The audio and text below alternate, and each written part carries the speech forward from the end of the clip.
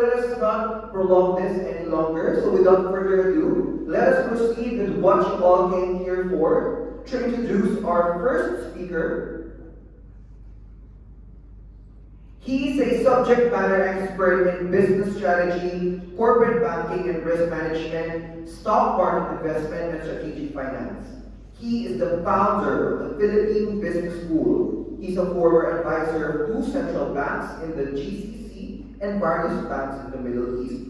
He is the author of Piso Master, an influential book on investment and stock market.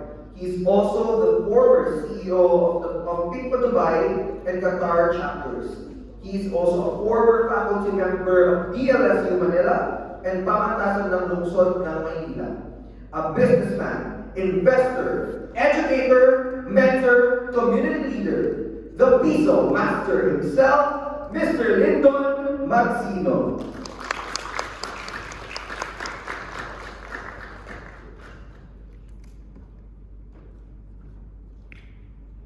Thank you. I will tell you one short story. When I was in consulting, I met a lot of CEOs, CFOs, chairman and audit committee. But then, one thing is really puzzling me. All the time, whenever I meet these people,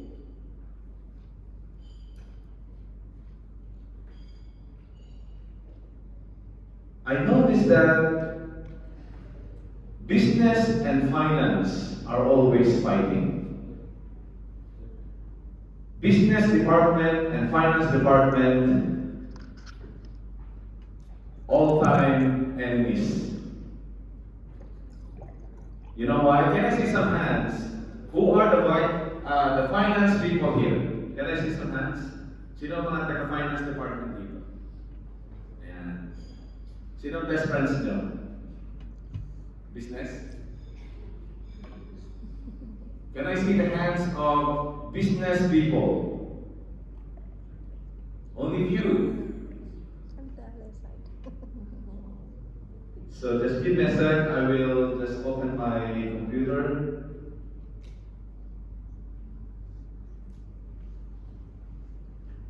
So all the time, business and finance are fighting. And you know what? You know why? Because we as accountants and finance professionals, we are always talking about historical data. We talk about something in the past. Just give me a sec, I will just...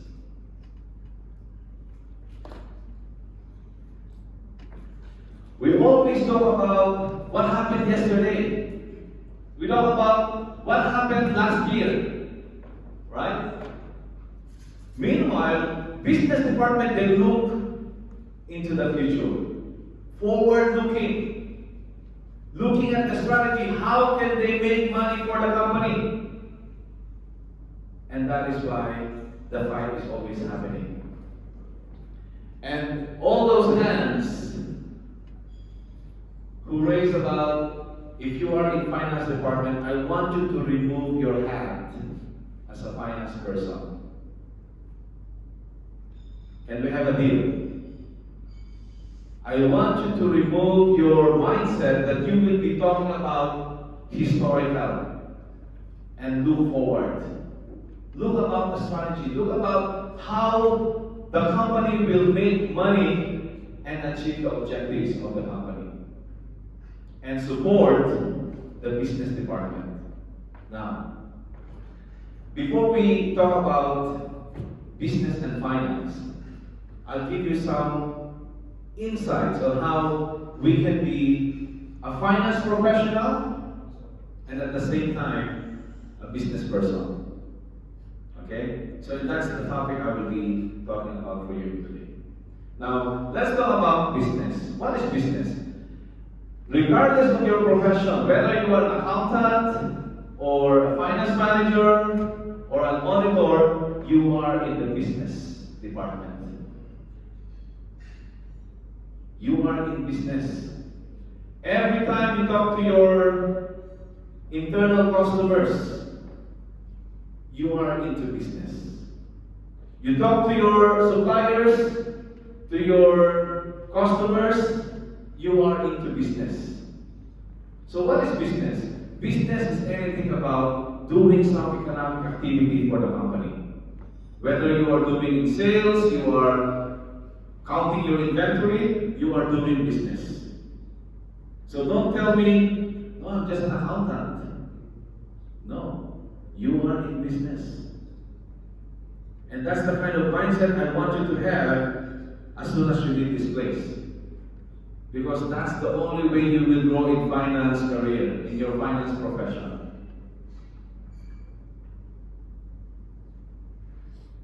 Am I talking to someone here? Or na-shock kayo sa away ng business and finance? Now, there are three sources of capital. So the moment you talk about business, even a non-educated person, if you talk to someone in the street and tell him, yeah, I want to make business, I want to do business, the first question he will ask, how much is the capital required? Right? And that's where the business and finance should collaborate. Because you cannot start making business or you cannot do business without talking about finance. So there are three sources of capital. Number one is the money that the shareholders contributed to the company. We call it what? Equity. Right? Equity. The money that shareholders, the founders, the startup people, they put their own money into the company, we call it equity. Another way to get your capital, or one source of your capital, is the money you borrowed from the bank. We as accountants and finance professionals, we know it. We call it debt or liabilities. Right? Are you with me? Yes. Now, these two, your equity plus your liabilities, the business people may not understand this, but this is your balance sheet. The day you start the business, your equity and your debt will become your total asset. And these two should always be balanced into your asset. That's how we start a business. Right? Money contributed by the shareholders, the money you borrowed from your mother or from your friends from the bank, you sum it up together, that is your total asset. Okay? Now, even if you are a business person, you need to understand the balance sheet. Why? You cannot do business without understanding the language of business. It is like you are in the middle of Bombay and everyone is talking about something in Hindi and you don't know what's happening. They are already offering you to the gods of whatever and you're still laughing about it. Just the same way in business. Your cashier is already stealing money. You don't know what's happening. Your inventory is expiring left, right, and center. You don't know what's happening. You see? So, there are three sources of capital. There's one more that is missing, which we will discuss later. You will discover what is the third one. What we learned from the university, there are only two sources of capital. When I realized doing the real business, there are three sources. The third source, which we will discover today. Now, in my entire career, I've been asking about what is missing among the Filipinos. We are very talented, very hardworking, but there's something missing for us to really experience the exponential growth, either in business or in finance. And when you talk about doing business, some inexperienced people, or what you call the gurus of the internet, who just learn from Google, they will say, you're starting a business now? Why don't you quit your job and go full time? That's not the concept I'm trying to do and advise and recommend. So we have developed this called the so-called entrepreneur, meaning you are an employee in the morning and an entrepreneur, a businessman in the evening. And the pandemic time really tested us, our livings, whether we can really do it or not. A lot of employees, they became so creative, selling whatever they can sell online. And they survived, you see? So, this is one thing I want you to do. Don't be limited with your finance knowledge, being an accountant or a finance manager or a finance director. Try to explore business and be an entrepreneur. Employees of Umaga, businessman secretary. Can you do that? Now, this is just a quick introduction about business, since we are into business and finance summit. Now, there are three sources of your ideas or opportunities. Number one is your observing trends, solving a problem and finding the gaps in the marketplace. So when we talk about observing trends, we can use the so-called pastel theory. Look at what's happening politically. I just came back from the Philippines the other day. The simple tarpaulin business, like this, roll-up banner.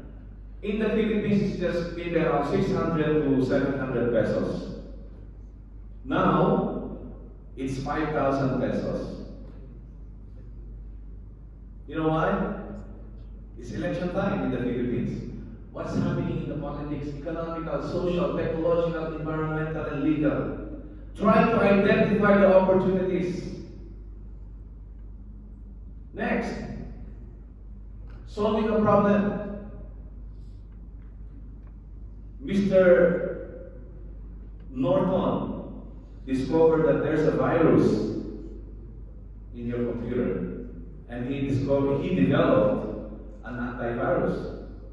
He solved the problem. So how do you identify the opportunity? By asking questions, by identifying the problem. Check the customers. Whenever I go to a restaurant, I always ask, I interact with the waiters, and ask them, so what's your name? Where are you from in the Philippines? And then I will observe, okay. So they will get they'll give me a feedback form, and then we can identify what's the problem. From there, you have an opportunity. If you can solve a problem, you have a business. Third is when there is an existing supply, but you think you can enhance that supply. There's a specific segment or niche in the market that you can supply. You have a business. You have an opportunity. So if the current level of the supply is up to here, but you think you can supply somewhere here, this gap is your opportunity. Are you with me? We're talking about business. Now, this opportunity boils down into one thing, and that is what you call the need. The need. Without the need, there's no business. Do you agree with that? Without a need, there is no business. And I will explain it to you in an accounting equation. From an accountant point of view, your income statement, the first line item in your income statement is what you call cash. Income statement. Sales. Ano ba naman kayo mga kapatid? You forgot your accounting. What's the first line item of your income statement? Sales. Now, where do you get your sales? The equation, the formula for your sales is selling price times quantity. I can see a big question mark on your faces. You forgot your accounting? Sales is equals to selling price times quantity. Regardless whether you're so good in your selling price, you have done a survey, strategic analysis of your how much is the cost and how much is the selling price. If there is no need, your quantity will be 0. Whether your selling price is 10, 100, 500, 1,000 times 0, how much is your sales? 100 times 0, 0. That's how finance and business collaborates. If there's no need, there's no business. If your sales is 0, with your overhead expenses, with your operating expenses, what will be your net income? It will be a negative, or we call it a net loss. Are you with me? Now, I just flew from the Philippines. So, I used Emirates Airlines. So the moment you hear the word Emirates, what's the first thing that comes to your mind? Expensive. What else? Comfortable. Huh? First class. Yeah, I go in the business class. What else? Emirates. From this side, very quiet. Ladies, when you hear the word Emirates Airlines, what do you imagine? The flagship of the UAE. So, what is the meaning of that? Number 1. Very good. Now, when you hear the word Cebu Pacific, cheap, delayed. What else? Cancel flights. What else? Now, that's how you talk about business model. Regardless of your business model, whether you are cheap or expensive, whether you are delayed or on time, whether you are a 5-star or 0-star, both of them are profitable. Why? Because of the need. Right? So, when you develop a business, first thing you need to understand is what kind of business model you want to create in your company or in your business. And there are 9 components of a business model. But I will summarize it into 4. So you have the customer value, the profit formula, the key resources, and the key processes. That is your business model. For example, your profit formula, it talks about your revenue or your sales, the first line item in your income statement, and the cost. So revenue or sales less cost equals profit. Are you clear? Your customer value proposition. This is about the problem that you want to solve, the solution that you're offering, and the competition. How are you going to beat the competition? What is your unfair advantage as a company? So I have included here the lean canvas, which is coming from adapted from the business model canvas. We have 9 elements here. First is you start with a problem, and then solution, and then unique value proposition. So these 3 is the first thing that you need to fill out. Yes, you have a problem, which is coming from the need. You know the 3 sources of the opportunity, right? Niche in the market, gaps in the market, what else? What else? Solving a problem, and the first one is observing the trends. So the first thing you need to identify is how are you going to solve the problem? Coming up with a solution. And how are you going to have something that is different and unique? So when you are talking about unique value proposition, it doesn't talk about the cost or the selling price. A lot of people are, okay, let's give a discount so that people will buy it. No. You increase the value so that even if it is expensive, people will buy it. Because there's a saying, low-cost buyers are loyal to no one. They are only loyal to the lowest bidder.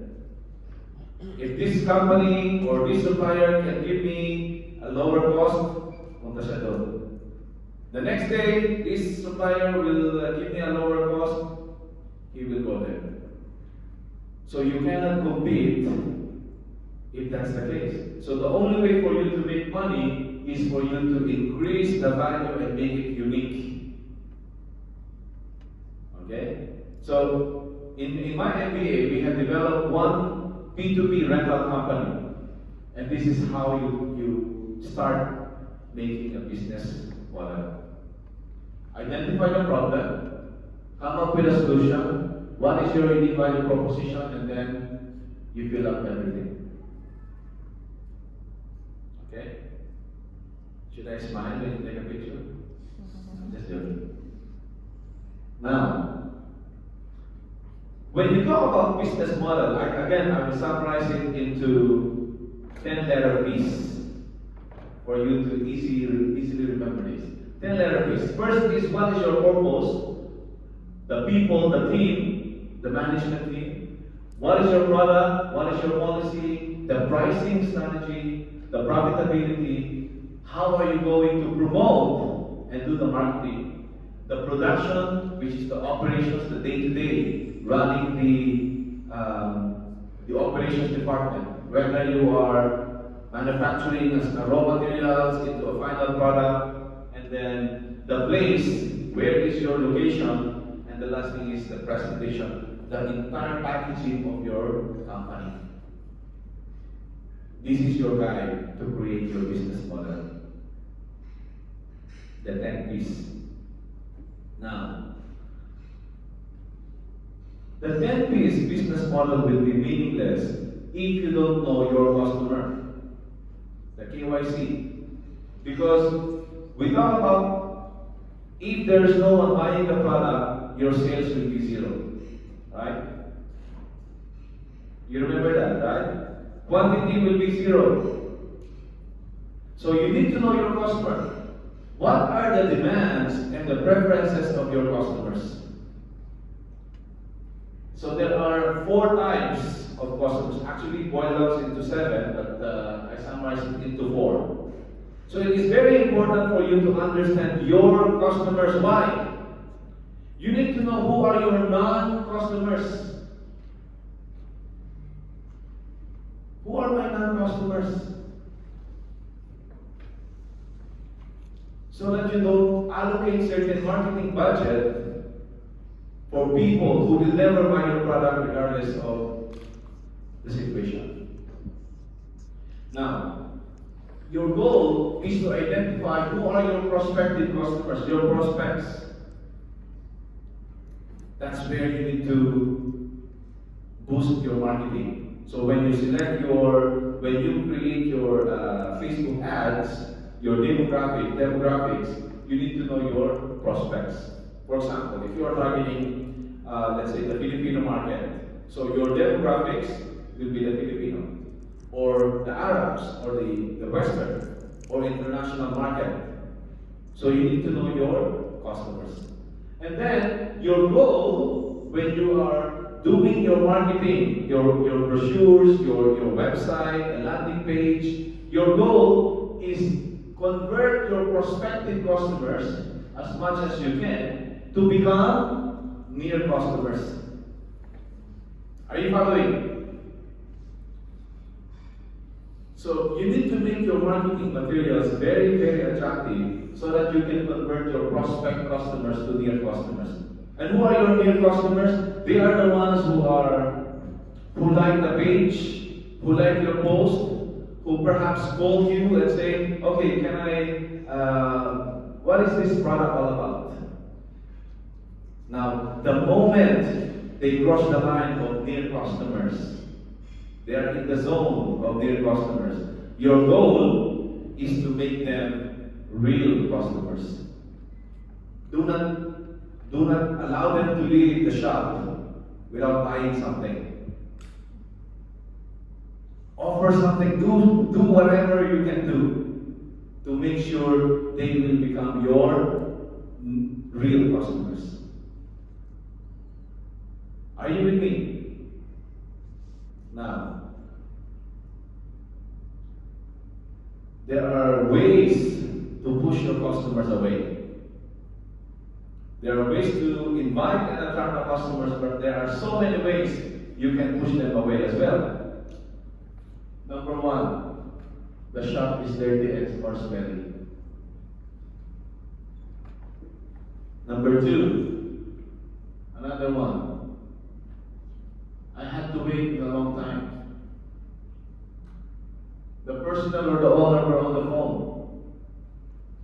So when I was in Makati the other day, so we are supposed to have lunch at Shakey's. But then when we went in, no one really seems bothered to at least accommodate us and have us a table. So you know what happened? We left the restaurant. And then the manager was chasing us up to the parking. So what do you want? No, I said, you're too busy doing your own thing. You don't know what business, how business should work. See? So they push the customers away. Why? Because they're too busy. Maybe in Facebook. Okay? Now, price buyers can never be loyal to you. They are loyal to the lowest price. So, to sum it up,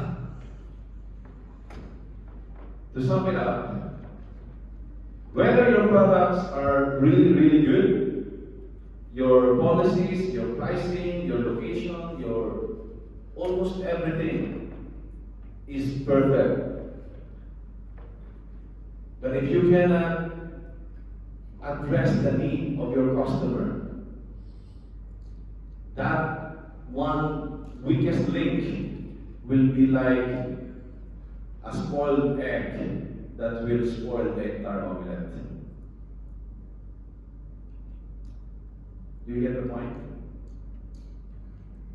So always address and look at the weakest link. Whatever it is. I'm not saying that you should be perfect in everything, but at least focus on the weakest link if you are into business. Now, before I end the business topic and move to finance, let me give you this thinker framework. For you to be successful in business, you need to at least adopt or maximize the technology. Number two, your number one asset is your team.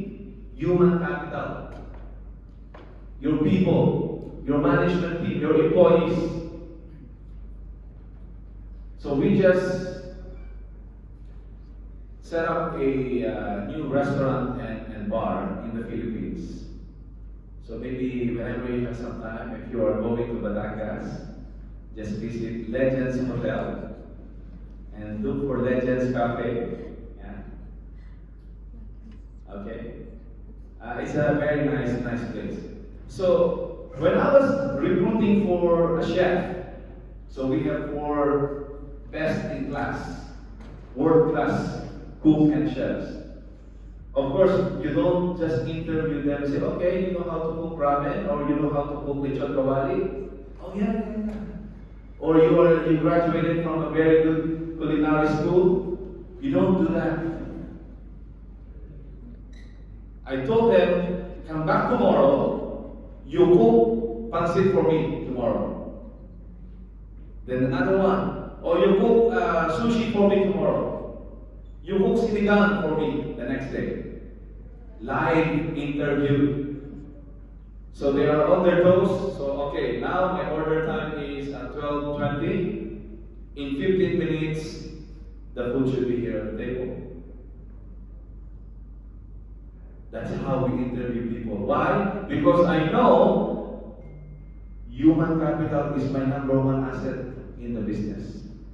People will come back to the restaurant not because I'm handsome, but because of the food. You get the point? You need to have some knowledge about the industry. You need to know something, the general and the specifics about the business. You cannot just create, let's say for example, I don't know anything oil and gas, so I will not do an oil and gas business. Yeah.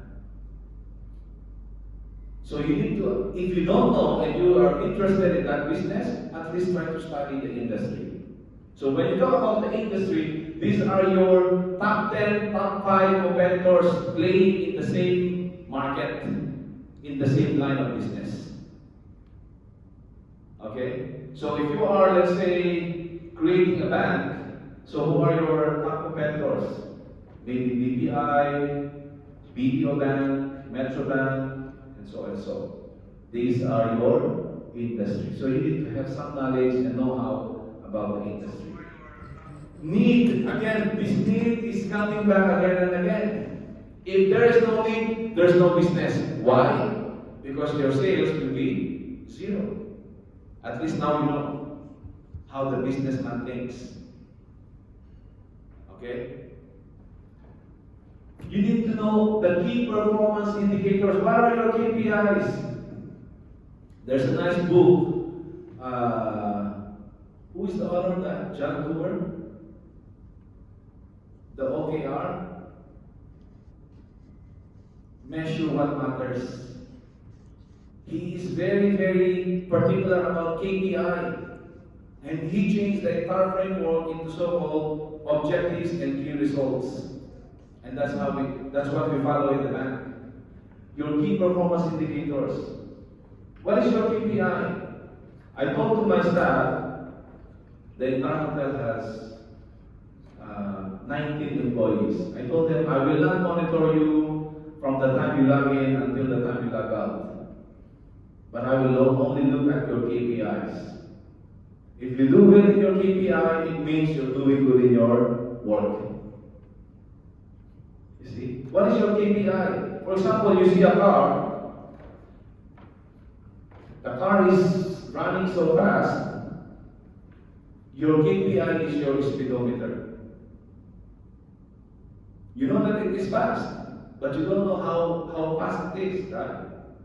So if it is running 100 kilometers per hour, that is your KPI. If you have a sales target of, let's say, 1 million per quarter, your boss, your CEO will not say, okay, have you visited this company? Have you done any sales today? No.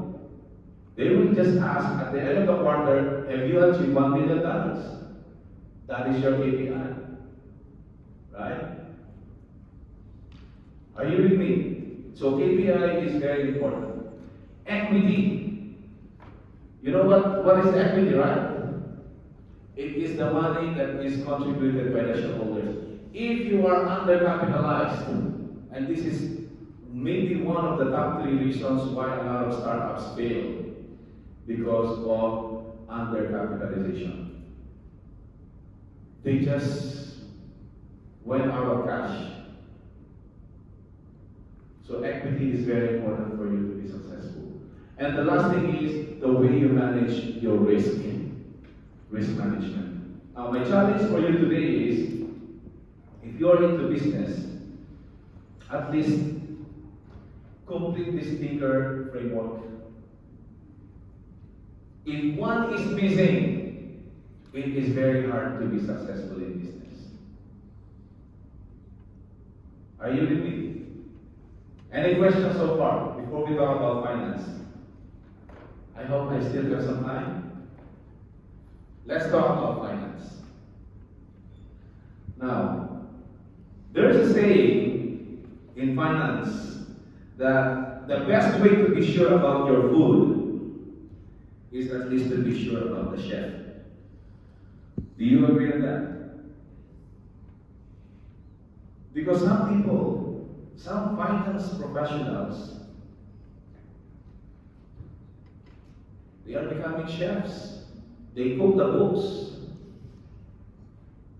I hope you are not that kind of people. Sometimes they become even a medical doctor.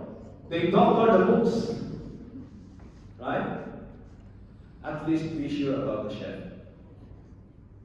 We talk about integrity here, see? Now, just to test your knowledge and wake you up. What is your answer on this question? Blank are written records of the business activities, performance, results of operations, and financial positions of a company, business, or a person. What's your answer? Letter? Letter C, are you sure, guys? Come on. Letter C, financial statements. Now let's talk about financial statements. During our college days, we talk about 5 components of the financial statements. We have balance sheet, income statement, cash flows, changes in equity, and notes to the financial statements. And then recently they added 1 component, which is what we call OCI, Other Comprehensive Income. Okay? So OCI, or Other Comprehensive Income, this is something, all those transactions that cannot go to balance sheet or income statement, somewhere in the middle. Okay? That is Other Comprehensive Income. Now, if you are into business, at least be knowledgeable about balance sheet. You should know about balance sheet and at least income statement. Okay? Now, what is balance sheet? Balance sheet is something that reports to your assets, liabilities, and equity. Okay? Asset is equals to liabilities plus equity. Remember how we started the business? The money contributed by the shareholder is what you call equity. The money that you borrow from the bank is what you call debt or liabilities. It goes into your balance sheet. Now, this is just a typical presentation of your balance sheet. You have total assets is equals to your liabilities and equity. So it should always be balanced. Remember during the college days when your balance sheet is not balancing? Oh my God, it's like the end of the world. Now, what is your income statement? It is your results of operations. The performance of the company. Now, this is your income statement. And let's do some balance sheet and income statement analysis. How much time do I have? 10 minutes. Okay. We'll wrap it up. Now, let's do some expert session. Remember when you started a business,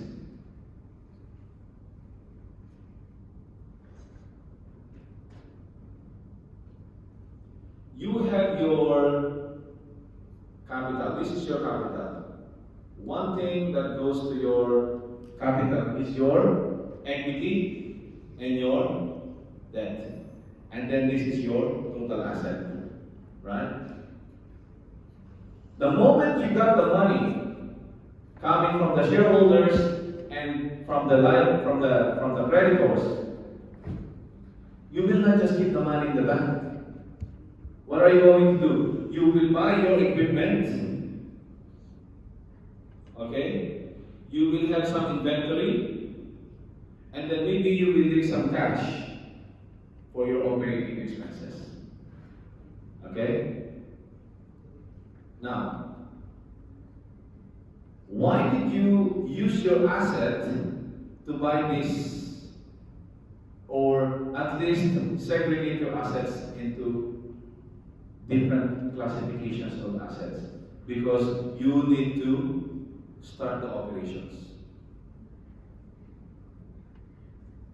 When you hear the word operations, it is talking about your income statement. So what do you do in your income statement? The first line item in your income statement is sales, right? Less cost of goods sold, or the goods that you have sold. The cost of the goods you have sold is equals to your gross profit. Less your OPEX is equals to what? EBITDA. The earnings before interest, tax, depreciation, and amortization. EBITDA minus that equals EBIT. Earnings before interest and tax. EBIT minus I, interest, is equals to your EBT. EBT minus tax is equals to your net income. Are you following so far? Sorry for my handwriting, but I hope you can see it at the back. Now, the real results of your operations. The real results of your operations, we talk about income statement here, is your EBITDA. And that is why when a company is applying for a loan in the bank, we don't look at the sales, we don't look at the net income. We look at the EBITDA. Okay? And that is why 16 years ago, for how many years that Amazon is having a negative EBITDA, but 16 years ago, for the very first time, they had a positive EBITDA. They still have a loss, net loss, but they have celebrated like crazy because of the positive EBITDA. Why? Because they have seen the future of the e-commerce industry because of the EBITDA. Not because of the sales, not because of the net income, but because of the EBITDA. Because the EBITDA is your results of operations. Now, if the result of your operations is positive or negative, you need to divide it or distribute it to 4 different parties. 4 parties who will take the share in the pie of your EBITDA. Number 1 is your depreciation. Why depreciation? Because you already acquired the assets or the equipment, the vehicles, the machineries, and the moment you are using it, the moment it goes to your shop, you need to incur some depreciation, correct? And where are you going to charge the depreciation? From the EBITDA. Number 2, interest. Remember your three sources of capital? What's the second one? The debt. If you go to the bank, you will ask, Mr. EMBA, I want $10 million. Will EMBA tells you that, okay, take my $10 million, do whatever you want to do. If you have profit, that's good. If not, it's okay. No questions asked. No interest, you just do your business. Is that how they think? No. They'll give you 10 million with a guarantee that you need to pay interest.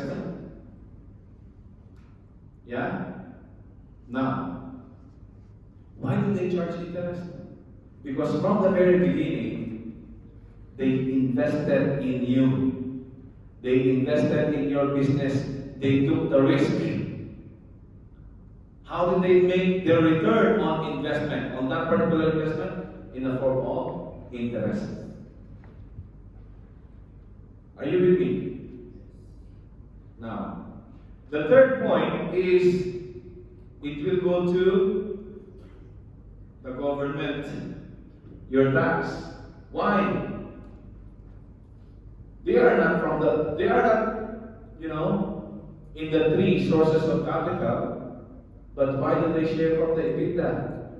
Because they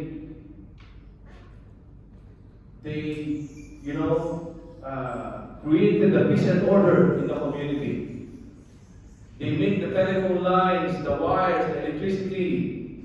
So they charge you for the licensing fee and the taxation. They make your customers, feel safe going to your restaurant or to your business, and it's not free. They charge you a tax for that. And the last share, the last person who will take the share is your shareholder in the form of the net income. Okay? Your net income will go to your shareholders. Now, remember how did we start a business? There are three sources of capital. The first one is the money contributed by the shareholders. They did not invest for free. They need to make some return on their investment. And whatever is left from the EBITDA, they take the entire thing. Now, from the accountant's point of view, from the finance point of view, the shareholders will not just take away the net income. There's something that's happening in the year-end closing, right? Who are the accountants here? Year-end closing, that sounds familiar to you? Right? I'm not an accountant, but I know. So, your net income is the last share coming from the EBITDA. And this is how you as a businessman should understand that if you give something, there must be a return. You invested on something, there must be a return.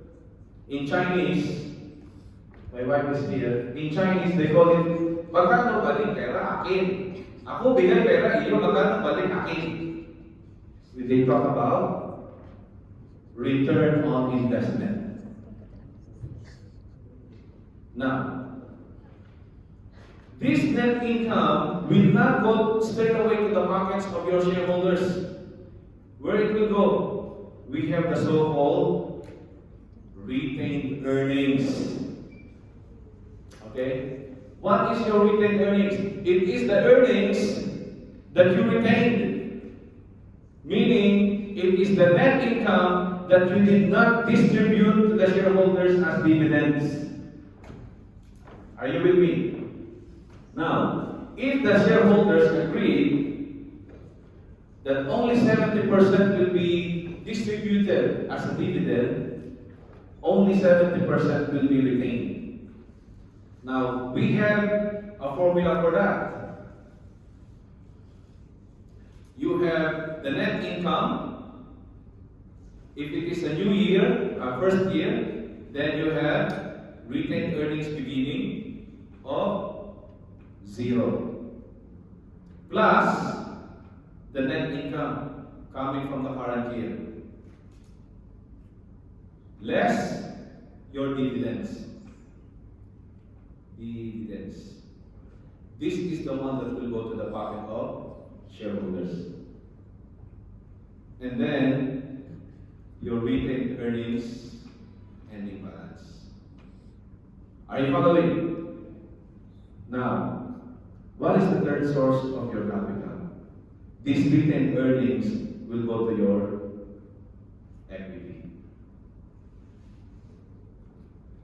That's why you will realize some investors, they don't like dividends because they want the net income to roll over, add up to your capital, so that the cycle will continue and the company will grow. Because the more capital you have, the more equipment you can buy, the more machineries who can produce products for you, the more sales you can have, the more net income that will accumulate every year.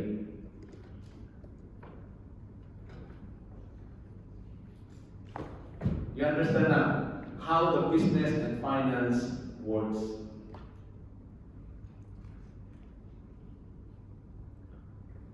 Now, you need to change the mindset.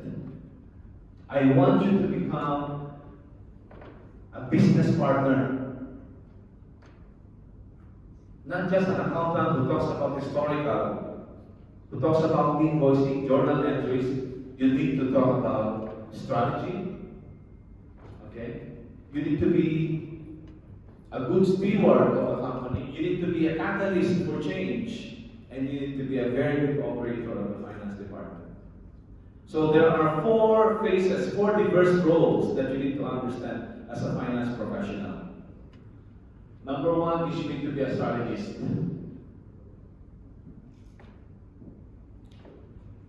So don't talk about historical, talk about the future, forward looking.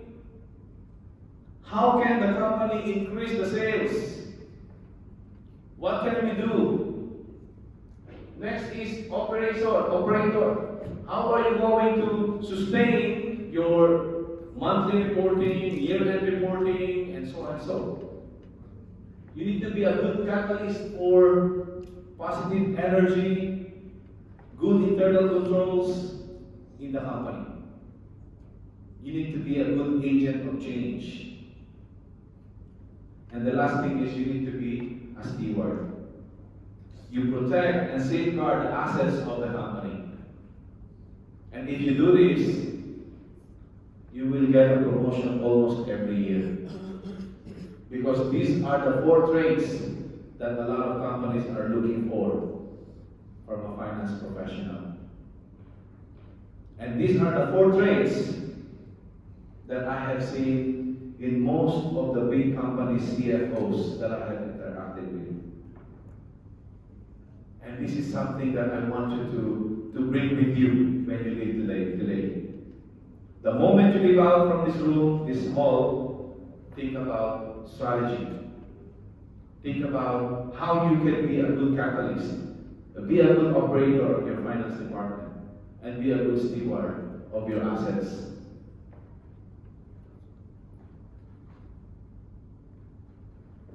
Thank you so much for listening. Maybe I can entertain one question, if there is any. Do you have any questions? You may raise your hand.